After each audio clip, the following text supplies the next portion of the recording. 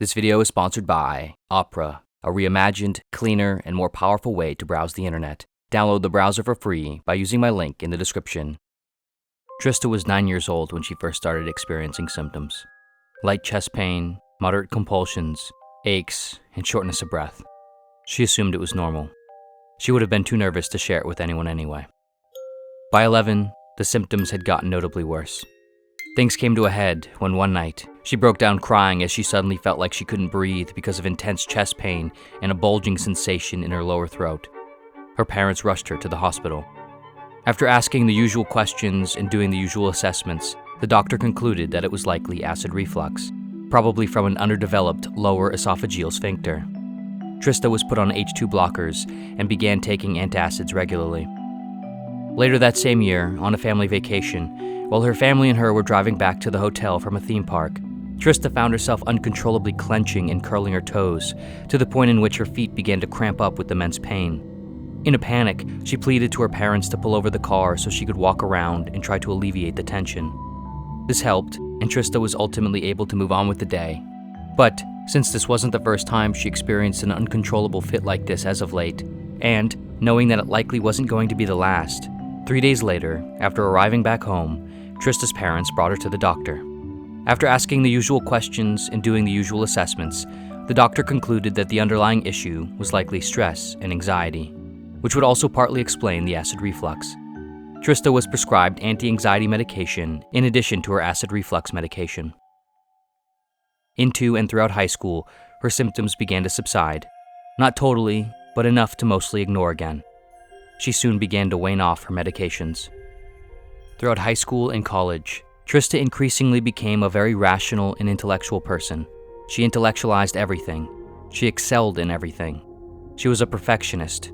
She received straight A's in high school, advanced in extracurriculars, was the lead in 2 local plays, had her research papers on causal interference and statistical methods published in academic journals, and graduated summa cum laude from the university she attended. She seemed to have a special ability. She was able to make sense of things, reducing almost anything to smaller or lesser things, and then build it all back up into something else. Everything had an answer, a solution, even the lack thereof.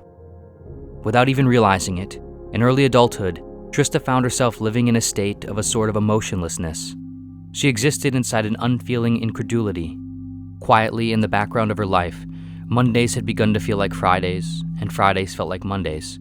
Summer began to feel like winter, and winter felt like summer. Fresh-cut grass and crisp fall air smelled good, but the good came without feeling. Everything was a matter of fact. There was no being, no spirit, no essence. She didn't even notice. She didn't even care. The numbness took the hurt of numbness away. In her mid-20s, seemingly out of nowhere to her, everything broke. Symptoms ferociously flooded her nervous system. Back came the chest pain, the compulsions, the twitches, the aches, the shortness of breath, all with an unmistakable vengeance. She became dysfunctional. For over a year, doctors couldn't figure out what was wrong. They asked all the usual questions, ran all the usual tests, and considered all the usual causes for her symptoms, but they found nothing. It wasn't until Trista finally saw a neurologist that it was discovered.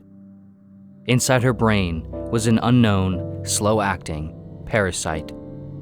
A worm had been feeding on parts of her brain, eroding neurological pathways and consuming and digesting various feelings, thoughts, and memories. "How long would you say you've been experiencing symptoms?" the neurologist asked Trista. Trista pulled her distracted gaze toward the neurologist. Early childhood? Maybe 10, 11, 12 maybe? They went away for a while, sort of on and off since then. The neurologist responded. "Well, ever since then, whenever you first contracted the parasite, your brain's primary function has essentially been forgetting, instead of understanding. And the biggest problem is that you haven't even noticed. Everything has, I'm assuming, seemed mostly normal in your mind, right?" "Yeah," Trista replied quietly. "Right. In the background, the parasite has been consuming your very awareness that something was wrong, that your awareness was being taken from your awareness. And so your brain couldn't even really let you know. When the foreign object was introduced, and as the damage increased, your brain has been conspiring with your body to try to get your attention, to let you know that Even though everything seemed normal, it wasn't. Something was very wrong. There was a brief pause. Trista stared back at the neurologist, concerned but without feeling. Like she always did, she ran rational assessments of the situation, breaking it down materially and seeking clear, simple solutions. How did I get it? What are the normal or likely causes for something like this? Hard to say exactly. Parasites like this aren't passed down hereditarily, but the preconditions to be susceptible to them often are. It's likely you were exposed to something at an early age. Is it curable? Yes, the good news is the parasite can be fully removed, but the less than great news is that the damage that it's caused is not curable in the same way. It is not a simple medication or procedure. All those memories and thoughts and feelings that it consumed, the effects of them are still in there somewhere, in some form or another. The neurologist pointed at Trista's head. They were absorbed by you, impressed onto you, incorporated into your subconscious, altering how you see, experience, and respond to the world. But their origin story, the awareness and understanding of those memories and feelings, their effects and source, was taken from you, left unprocessed. Your brain will have to be reformed, retrained. It will likely be a long, hard road of paying attention to your body, to your thoughts, to your reactions, to attention itself. But now that you know the cause, you can recover from it. Now that you know what's been taken from you, you can seek it back. And we have some great psychotherapists we can recommend for you. Okay, Trista said. Over the following year or so, after having the parasite surgically removed, Trista went through various medical and therapeutic treatments. Eye movement desensitization and reprocessing, where she followed a moving light with her eyes as she thought about her past, about the parasite. Yoga, martial arts, neurofeedback therapy, where, as she watched movies and videos, a clinician administered mild rewards and punishments based on her brainwaves. Most importantly, Trista talked. She paid attention. She stopped accepting the discomfort of her body and the numbness of her mind as a natural part of existence. She cried almost every day. For the first time in her life, it made sense why it was so hard for her to understand herself and her feelings. It made sense why it was so hard for her to communicate and connect with the world, why it was so hard for her to love and be loved.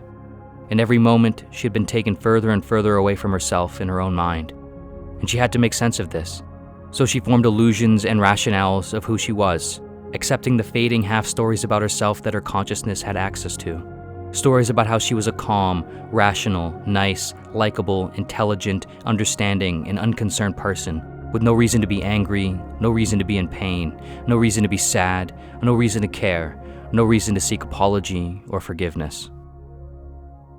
Perhaps the most difficult part was, weirdly, Trista feared life now without the parasite. It's all she had ever known for most of her young adult and adult life. The parasite had become part of her. Now, without it, she feared what would be left, what she would have to experience and feel and know. Who are you if you refined yourself? Where do memories go when we forget them? Around a year after the parasite was removed, Trista sat alone in her apartment, holding her phone in front of her face as she stared down at it. She breathed in deeply and exhaled. Then she pressed her thumb to the screen and raised the phone to her ear. A back and forth exchange of words ensued, about the weather, about work, about local news, then about the parasite. For a while, Trista just listened.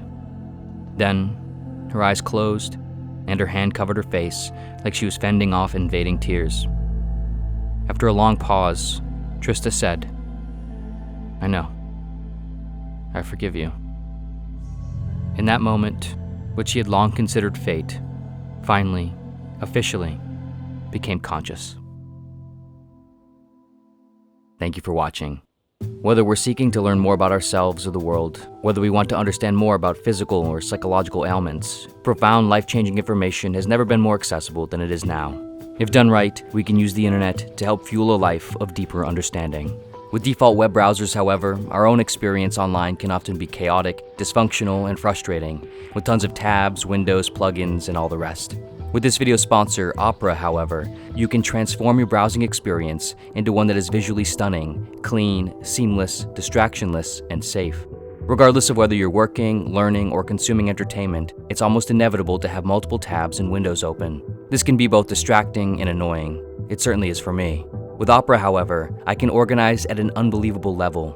I can put tabs into tab islands, segmenting them based on the context of the tabs, like topic, time, or purpose.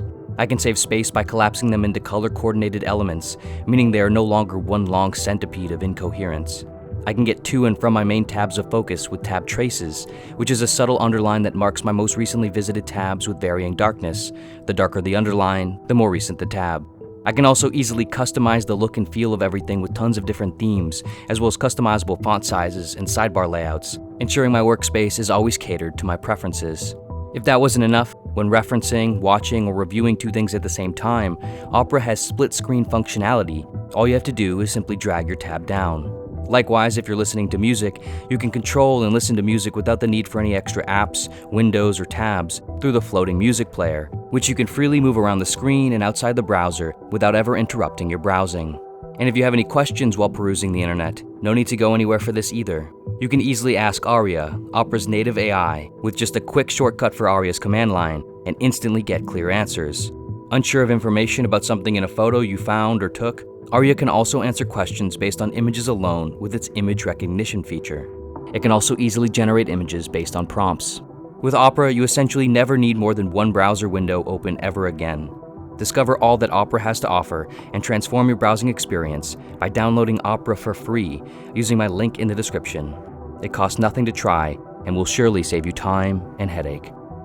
And of course, as always, thank you so much for watching in general, and see you next video.